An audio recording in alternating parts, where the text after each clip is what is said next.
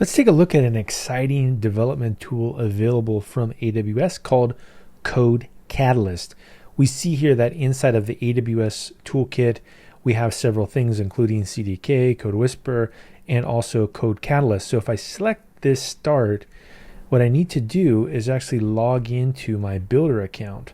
So we'll go through here and we'll say connect AWS Builder ID with Code Catalyst. All right, let's go ahead and do that. So it's going to open up a profile here that will allow us to check it out. And we'll go ahead and open this in our toolkit. Perfect.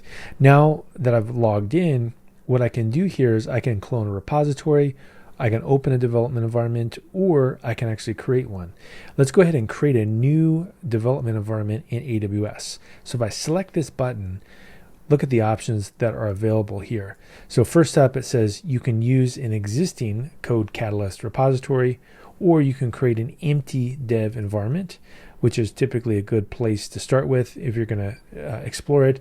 And then it's going to use a space that I actually have available here, and also a project available as well. We'll just use this as a scratch project.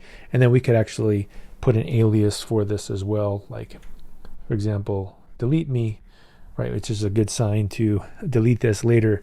And then by default here, you get free 2 vCPUs and 4 gigs of RAM and an automatic timeout of 15 minutes and 16 gigabytes of storage. So this is really designed in a thoughtful way so that it automatically times out. If you select this here, though, notice that I also can spin up monster environments as well if you enable billing for your Code Catalyst account. So I'm going to go ahead and spin up a bigger one here just for fun. So let's go ahead and select that. And then let's go ahead and say create development environment. What it's going to do here is it's actually going to pop up a new Visual Studio Code window. And this window will have SSH access to the machine. So it's kind of an interesting concept here. Notice here that it's actually setting up the SSH connection automatically for me. And then I'm going to say, yeah, I trust the authors for this. So pretty quick, actually, and actually very amazing and seamless in order to get this cooking. Now, the next thing to do to start developing, in my opinion, would be to always open up a new terminal. So we'll open up a terminal here. And what we can do is just type in uname-a, and we can see, oh, look at this. This is running Amazon Linux, right? We can see that from this particular information. And we also could say, who am I, right? So we can see that this is a different user than my local OS X machine. Now, in order to start developing here, a couple things I would point out would be, I would again go to this version of the AWS toolkit, and we can see Code Catalyst is working, but I want to use CodeWhisper. So I'm going to select this button here, and what's going to happen is that it's going to have me go through here and log in. So let's go ahead and go here, connect AWS Builder ID with CodeWhisper. So let's go ahead and do that. And once we do this, it's going to prompt me to open it in a browser, confirm, allow access, and we can close this window. Now that I've got that set up, look, we see the CodeWhisper is actually selected. In order to use this now, fortunately, all I need to do is just create an empty file. So let's go ahead and say like hello.py.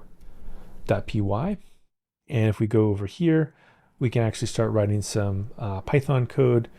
And if we wanted to install some extensions for it, but I'm going to go ahead and just say here a hello world Python, and that should be all I need for CodeWhisper to start helping me out here. So if I say def hello, there we go, hello world, we've actually got a nice little hello world example, right? And we can get this cooking. Also, if I wanted to do some bash work for DynamoDB, for example, I could just say hello dyno here, and we could also put some context in here, for example, bin bash, and we can just say scan table called customers. And again, we go through here and it will actually help us out. We can type in AWS, Dynamo scan. It's going to let us go through and get more and more suggestions. So you can see here that actually The Code Catalyst plus CodeWhisper is a killer combo, and it's trivial to set it up, and it's free for the free tier, but you can also spin up larger machines if you want to do development in a bigger environment.